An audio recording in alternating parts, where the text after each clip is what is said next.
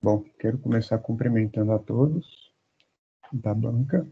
Meu nome é Rodrigo, juntamente com meu colega João, a gente vai apresentar o nosso trabalho de graduação. O título é esse que está aí na tela: Desenvolvimento de técnicas para segmentação e detecção de glomerulopatias utilizando aprendizado de máquina. O orientador, professor Flávio Vidal. Bom, vou começar com o sumário, apenas uma listagem de como a gente organizou no manuscrito. A gente tem primeiro a introdução, trabalhos relacionados, metodologia, resultados e conclusão. A introdução ela é dividida em 3 tópicos: contextualização, justificativa, descrição do problema e objetivos. Bom, então eu vou fazer uma breve contextualização sobre o nosso problema. Vou começar falando sobre a visão computacional, que é esse campo que visa dar uma descrição semântica a objetos físicos das imagens. Então, essa nossa tarefa, né, de fazer a detecção de estruturas intraglomerulares em imagens histológicas, ela se encaixa, né, se adequa a essa definição. E, por outro lado, né, nós temos o aprendizado de máquina, que é o campo em que se visa fazer um aprendizado sem que se tenha uma programação explícita, né? E, mais especificamente, a técnica que a gente vai usar é a de redes neurais convolucionais. Como a gente consegue ver pelo diagrama de Venn, é uma sub-área do aprendizado profundo, né? E está nessa interseção dessas duas grandes áreas aqui eu mencionei. Bom, aqui eu faço uma breve justificativa do nosso trabalho. Em primeiro lugar, a análise automática ela pode cobrir certas lacunas em laboratório de análise, né, de imagens, e tanto por um lado de falta de recursos mesmo, quanto de falta de pessoal treinado e preparado, né, para fazer esse tipo de análise. O segundo ponto é que esse tipo de recurso pode servir para o ensino e o treinamento de jovens patologistas. E um terceiro ponto é a expansão da fronteira do conhecimento, no sentido de criar ou propor um sistema mais acurado de classificação. Então, a gente pode pensar, por exemplo, num sistema de estratificação de risco, de como as redes neurais convolucionais podem ser empregadas para melhor classificar o risco de um paciente. Fazendo uma breve descrição do problema, a partir de considerações iniciais. Bom, o primeiro ponto é que a gente pode aplicar as CNNs a algumas áreas de estudo menos pesquisadas, ou porque são doenças mais raras, ou porque realmente geram menos interesse de pesquisa, apesar de terem sido muito aplicadas na última década, ainda existe bastante campo para que esse tipo de técnica seja empregado. O segundo ponto que a gente pode pensar é a questão da complexidade da anatomia do tecido biológico, o que impacta sobremaneira a capacidade de análise. Um terceiro ponto é a indisponibilidade de bases anotadas. Então, as redes elas necessitam de rótulos. Esses rótulos, que a gente chama de anotações, são feitas por patologistas e levam bastante tempo para gerar essas bases e, além disso, esse tipo de anotação requer muita experiência, né? Então, sumarizando aqui a nossa proposta, é observar a viabilidade do uso das CNNs na detecção de núcleos hipodócitos, observando 3 pontos: diferenças de arquitetura, o emprego de redes pré-treinadas e o emprego de data augmentation. Aqui a gente mostra 3 imagens histológicas com núcleos anotados e podócitos anotados. Eu vou falar sobre o capítulo de trabalhos relacionados. Trabalhos relacionados foi dividido em 3 eixos. Eixo 1, que é análise de imagens histológicas. Eixo 2, que é técnicas automáticas de segmentação de núcleos de células. Eixo 3, que são as técnicas automáticas de segmentação de podócitos. Essa organização dos eixos segue uma ordem de proximidade do objeto, que está sendo analisada no nosso trabalho, são os podócitos. E também afirmar que no manuscrito todos os artigos estão de forma sequencial, que mostra a evolução da tecnologia da patologia digital e de técnicas automáticas mesmo na área de aprendizado de máquina. Agora eu vou mais ao fundo nos eixos. O primeiro eixo, que é o de análise de imagens histológicas, foi dividido em 3 sub-eixos, que é o de análises quantitativas de imagens cerebrais, a de classificação de câncer e a de segmentação de glomérulos, que é onde os podócitos estão localizados. Também tem o próximo eixo, que é o de segmentação de núcleos, e o eixo final, que é a de segmentação de podócitos, que infelizmente tem pouquíssimos artigos sobre, e são todos muito recentes, que é de 2019 para frente. Algumas das características gerais que podemos tirar dos trabalhos relacionados é a própria evolução da tecnologia, como a introdução de scanners digitais e dispositivos mais avançados de hardware, que então os problemas de análise de imagens histológicas que eram normalmente manuais foram sumindo e as técnicas de visão computacional foram sendo melhoradas. Isso mostra foi mostrado, né, com a evolução das arquiteturas utilizadas. Foi de métodos clássicos, como SVM, classificadores bayesianos, KNN, a métodos mais modernos, como CNN e LSTM. Também foi identificado as técnicas que são comumente utilizadas para ampliar o conjunto de treinamento, como, por exemplo, rotações, flips, deformações elásticas e ruídos. E os trabalhos também fizeram a avaliação da representatividade do conjunto de dados, como, por exemplo, eles observaram se o conjunto de dados é pequeno, grande ou se tem algum viés. Alguns artigos com características que valem ressaltar são o artigo de 2017 do Pedraza, que realizou a localização de glomérulos, e também a comparação de redes pré-treinadas e redes sem pré-treino, e também utilizou técnicas de data augmentation, como rotações e flips, entre outros. O artigo de Bukov, de 2018, que também realizou a localização de glomérulos, e que mostrou uma grande riqueza de amostras, e também fez a separação de corantes, com a deconvolução de cor. O artigo de Kumar, de 2017, que fez a segmentação de núcleos, e também criaram um conjunto de dados bem diverso, de hospitais, pessoas e tecidos diferentes. E o artigo do Zeng, que fez o reconhecimento de células intraglomerulares, que com esse reconhecimento eles extraíram algumas características e a partir da proporção encontrada das estruturas foi caracterizada uma glomerulopatia. Vale lembrar que o nosso trabalho também fez a comparação de redes pré-treinadas, redes sem pré-treino, também realizou técnicas de data augmentation, e também que no manuscrito há muito mais artigos sendo analisados. Agora vamos para o capítulo de metodologia, que podemos ver na imagem o fluxograma, né?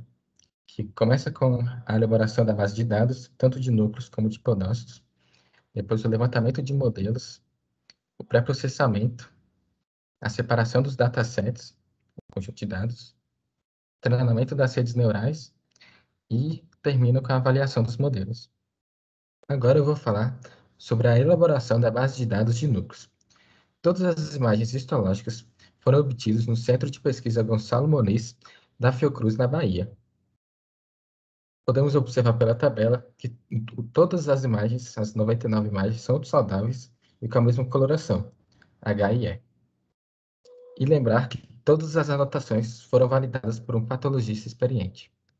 Agora eu vou falar sobre a elaboração da base de dados de podócitos. Toda essa base de dados foi anotada e validada por patologistas experientes. E também vale dizer que algumas imagens são comuns em ambas as bases de dados, as de podócitos e as de núcleo. Podemos ver pela tabela que nas imagens há podócitos saudáveis e há podócitos lesionados, e imagens de 4 tipos diferentes de coloração. Agora eu falarei sobre o levantamento de modelos, mais especificamente sobre as redes neurais convolucionais. A principal diferença das redes neurais convolucionais com as outras redes é a camada de convolução, cuja operação de convolução pode ser vista na equação aqui em cima. Uma arquitetura básica de uma CNN pode ser vista na imagem aqui embaixo. em que é composta por camadas de convolução, camadas de pooling, camadas densas, que costumam estar no final, que é seguida de uma função de ativação. Continuando sobre o levantamento de modelos, agora eu vou falar sobre a arquitetura que foi utilizada no nosso trabalho, que é o YOLO V5. O YOLO V5 é uma rede neural convolucional que foi criada como um sistema de detecção em tempo real. A ideia dele principal foi de unificar todas as fases de uma rede neural. Logo, ele computa todas as features e faz as predições ao mesmo tempo. O YOLO V5 ele é dividido em 4 blocos. A backbone, que serve para extrair as features ou características. O bloco adicional SPP, que separa as features mais importantes. O bloco NEC, que faz a combinação das features. E o bloco RED, que faz a previsão e a detecção em 3 níveis diferentes. Agora eu vou falar sobre o pré-processamento. Foi utilizada uma técnica de aumento no tamanho do conjunto de dados de treinamento, mais conhecido como Data Augmentation, pois a nossa base de dados tem poucas imagens. Foi realizado 4 operações: as de rotações, mudança no brilho, as de flips e uma combinação, que é uma combinação de recorte, saturação, ruídos e borramento. Essa operação de combinação é realizada todas essas operações em cada imagem, todas ao mesmo tempo, com parâmetros de forma randômica. Vale lembrar também que todas as operações do pré-processamento são feitas para deixar o modelo invariante a elas. Agora eu vou falar de como foi feita a separação dos datasets. Nós possuímos 2 bases de dados, as de núcleo e as de podócito. Cada base de dados foi dividida em 2 conjuntos, conjunto original e conjunto aumentado. O conjunto original foi dividido entre 70% treinamento e 30% teste, enquanto que o conjunto aumentado foi realizado o Data Augmentation do slide anterior, apenas do conjunto original de treino. Também podemos notar o procedimento de validação cruzada, que será explicada nos próximos slides. Bom, então, retomando o capítulo de metodologia, vou falar um pouco sobre o treinamento das redes neurais convolucionais. Basicamente, ela consiste em 4 definições que eu coloquei aqui. A primeira é a definição de hiperparâmetros, ou seja, condições iniciais para as configurações que a gente vai utilizar, estão dispostas nessa tabela. Depois a gente realiza a validação cruzada, gera os modelos finais, extrai as métricas. Bom, então, essas definições que a gente usa são para as 8 configurações, que a gente vê aqui nessa tabela da direita, que consistem em 4 arquiteturas com ou sem pré-treino. Bom, as arquiteturas elas estão organizadas do seguinte modo: a S é a menos profunda e a X é a mais profunda. Então, elas estão organizadas em forma crescente de profundidade. Bom, então eu continuo a falar do treinamento das redes neurais convolucionais, agora especificamente sobre a validação cruzada. Bom, inicialmente, vale ressaltar que a gente utiliza esse método de validação cruzada para avaliar a capacidade de generalização do nosso modelo. Bom, existem vários métodos presentes na literatura. O que a gente vai utilizar é o método Syncfold. Consiste em aplicar somente ao conjunto de treino, né, esse método. Então, basicamente, a gente divide o nosso conjunto de treino em 5 subconjuntos, que são esses folds mostrados aqui. Depois a gente separa um deles sendo conjunto de teste e o restante de treino. Então, a gente treina com esse conjunto, testa o conjunto de teste e depois repete esse processo até que todos os subconjuntos tenham sido utilizados como conjunto de teste. Para extrair as métricas, a gente tira a média obtida nos splits. Ao final, a gente faz uma avaliação final, que consiste em treinar o conjunto de treino e avaliar no conjunto de teste. Agora eu passo para a última seção da metodologia, que é a avaliação de modelos. Começo com algumas definições.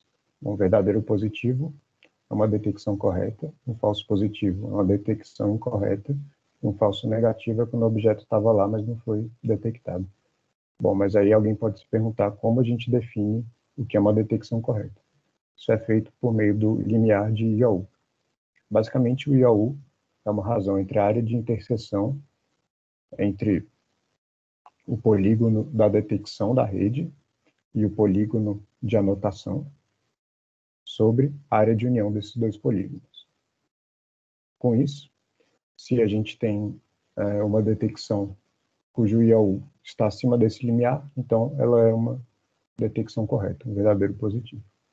E a partir desses pontos, a gente consegue definir essas métricas aqui que a gente está usando, precisão, recall e F1.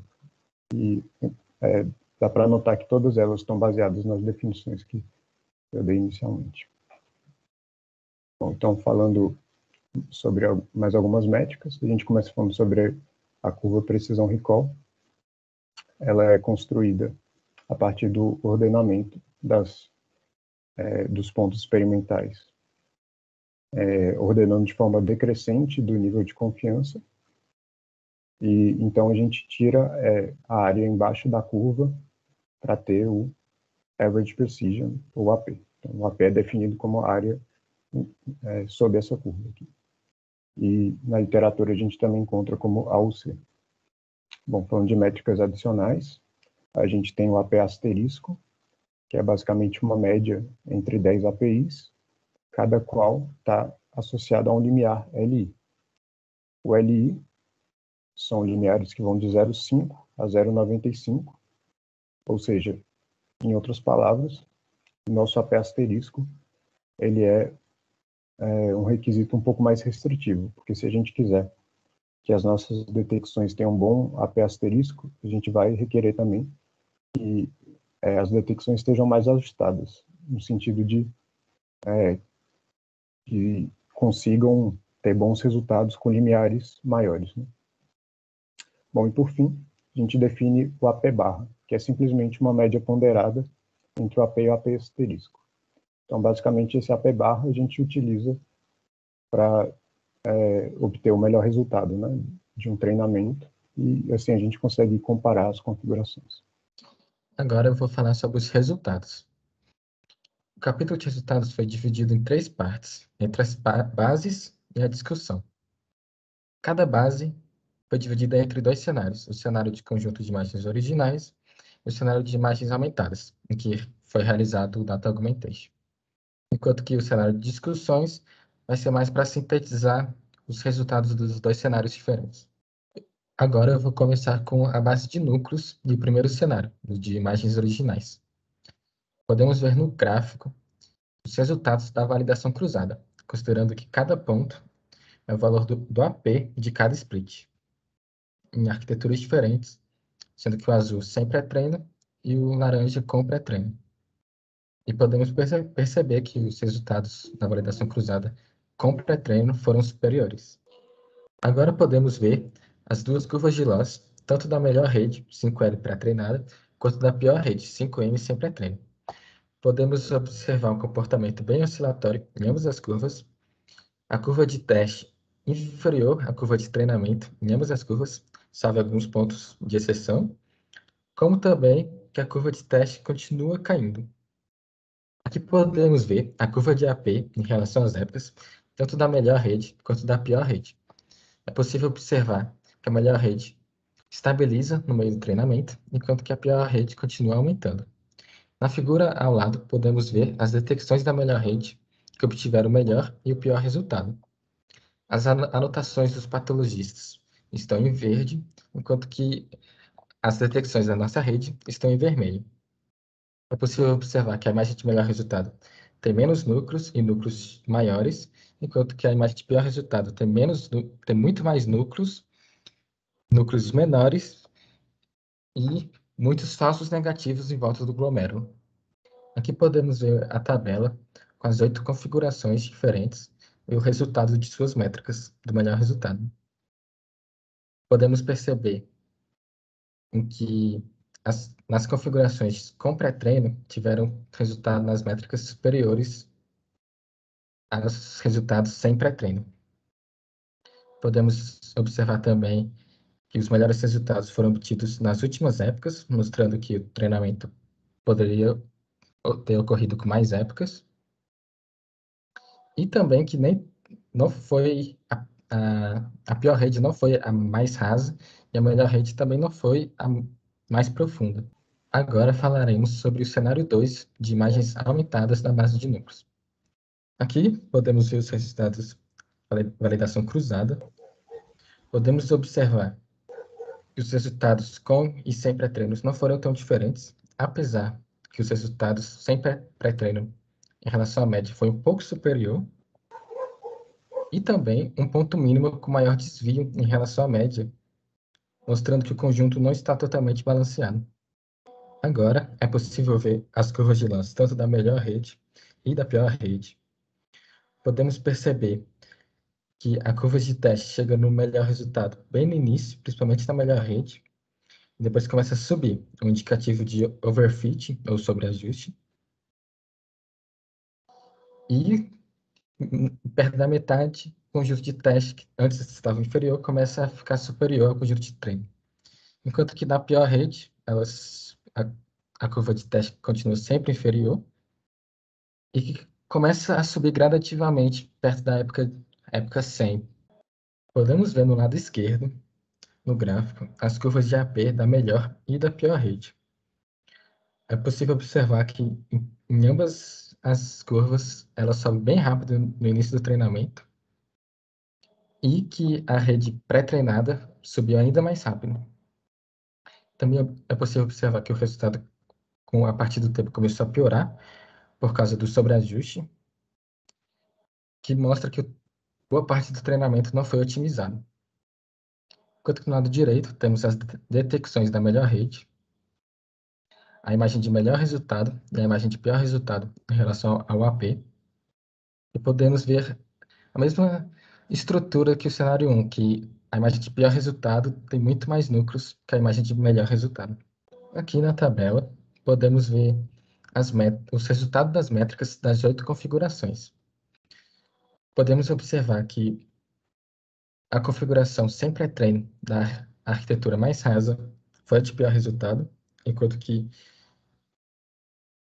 a configuração com pré-treino da rede mais profunda obteve o melhor resultado. É possível observar que entre as métricas de AP com pré-treino e sem pré-treino não houve tanta diferença entre as arquiteturas, e que no treinamento sem pré-treino, os melhores resultados ficaram no meio do treinamento, em torno do meio, né? Enquanto que no treinamento das arquiteturas, das configurações com pré-treino, os melhores resultados foi bem no início do treinamento. Bom, então eu vou retomar o capítulo de resultados, partindo agora para a base de podócitos, primeiro cenário. Aqui a gente mostra os resultados de validação cruzada de AP, dividido pelos grupos, né, com e sem pré-treino. Então a gente observa duas tendências principais.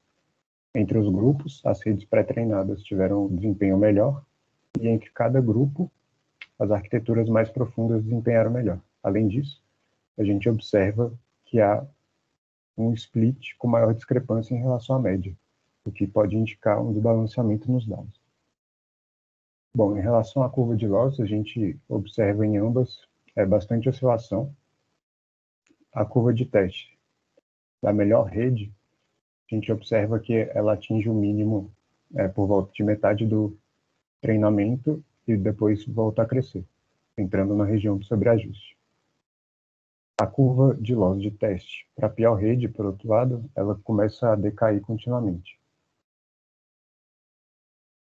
Bom, a curva de AP, ela reflete os resultados da análise que a gente fez para a curva de loss, no sentido de que a curva de AP da melhor rede se estabiliza e atinge o melhor resultado por volta de metade do treinamento, enquanto que o da pior rede melhora continuamente. Aqui a gente mostra as detecções da melhor rede. Na imagem de melhor resultado, a gente percebe que as detecções corretas estão bastante ajustadas. Por outro lado, na imagem de pior resultado, são observados vários falsos negativos. Bom, aqui eu apresento a tabela das métricas de todas as configurações do primeiro cenário de podócitos. A gente observa que a configuração que melhor desempenhou, segundo o critério que a gente definiu, foi a IOLO 5M com pré-treino, e a pior foi a IOLO 5S sem pré-treino. Mas duas características que a gente percebe é que, em todos os casos, as redes com pré-treino desempenharam melhor do que as sem pré-treino, e, além disso, elas precipitaram a época de melhor resultado. Bom, retomando os resultados de Podósito, agora para o cenário 2. Olhando em relação a cada grupo, a gente observa que a média dos splits foi maior nas redes pré-treinadas. Além disso, a gente consegue observar que há um split discrepante em relação à média, o que pode indicar um desbalanceamento dos dados. Bom, com relação às curvas de loss, a gente percebe em relação ao cenário 1 que há menos oscilação na curva de treino, nas duas. Por outro lado, uma região de sobreajuste muito maior. E isso a gente constata com o fato de que o mínimo das duas curvas de teste ocorre logo nas primeiras épocas. Bom, esse resultado de loss também pode ser transferido para as curvas de AP, em que a gente observa que o máximo ocorre também logo nas primeiras épocas, né? E, além disso, uma outra característica importante que a gente observa é que existe uma menor diferença da rede, da melhor rede em relação à pior rede. Essa diferença é pequena, o que não ocorria no primeiro cenário. Bom, com relação às detecções de melhor rede, a gente percebe que a imagem de melhor resultado e de pior resultado, coincidentemente, são as mesmas das do primeiro cenário. E que o desempenho agora melhorou e que as detecções corretas estão mais bem ajustadas às anotações. Bom, por fim, aqui eu comento sobre as métricas de todas as configurações do segundo cenário. A gente observa que essa diferença nos valores ela é menor se comparada com a do cenário 1, e que a melhor rede foi a IOLO 5L com pré-treino, enquanto que a pior foi a 5S, também com pré-treino. Uma outra característica que a gente consegue observar é que as redes com pré-treino, em geral, conseguiram diminuir a época de melhor resultado, o que pode ser constatado pelo fato de que 3 dos 4 configurações com pré-treino, a melhor época foi obtida antes da época 10. Agora eu passo para a última sessão do nosso capítulo de resultados. Bom, as duas sessões, né, que a gente já abordou anteriormente, elas estavam organizadas em termos da base, núcleo, o cipodócito, e dos cenários. Então a gente inclui essa sessão de discussões justamente para sintetizar a análise conjunta, né, dos cenários. Bom, então, primeiramente para núcleos, a gente observa que os resultados com o emprego do Data Augmentation foram superiores, tanto para o caso das redes sem pré-treino, quanto as redes com pré-treino, em que pese isso também signifique um tempo de treinamento maior, por conta das iterações necessárias, né, no conjunto com os dados aumentados. E um outro fenômeno que a gente vê é que essa diferença marginal ela é maior nas redes sem pré-treino, né, enquanto aqui é uma diferença mais estreita. Bom, agora falando dos podócitos, a gente vê o mesmo resultado, né, ou seja, o emprego de Data Augmentation trouxe resultados superiores e, novamente, a gente percebe que essa diferença marginal ela é maior no caso das redes sem pré-treino. Agora, eu vou falar sobre as conclusões. Os modelos propostos foram capazes de gerar detecções de imagens de instalações de núcleos em um valor de 0,92 de AP e em podócitos em um valor de 0,70 de AP. Foi mostrado nas discussões que em todas as configurações e cenários, o emprego de Data Augmentation trouxe resultados superiores. Porém, dependeu-se mais tempo no cenário aumentado. E também foi observado um grande sobreajuste nesses cenários. Foi observado que o uso de redes pré-treinadas precipitou a época de melhor resultado, além de ter tido uma melhora nos resultados. Foi observado que as arquiteturas mais profundas desempenharam melhor em 7 de 8 casos, considerando os 8 casos que são as duas bases, os 2 cenários, e sem e com pré-treino. E também mostrou que as curvas de loss e a validação cruzada mostraram um desbalanceamento do conjunto de dados. Agora, eu vou falar sobre as perspectivas futuras. A primeira coisa que poderia ser feita é a otimização de hiperparâmetros, utilizando, por exemplo, algoritmo genético para encontrar esses melhores hiperparâmetros. Daria para fazer um comparativo com outras arquiteturas, como a Faster RCNN e até mesmo a nova versão do YOLO V5. Usar métodos de deconvolução de cor para fazer a separação de corantes. Usar técnicas de visualização de redes neurais, como mapas de calor e saliência, para ajudar na análise de resultados. E, principalmente, a expansão da base de dados de podócitos pelos patologistas, né? E durante a expansão poderia também atualizar as anotações para identificar podócitos saudáveis, lesionados e tipos diferentes de lesão. E obrigado.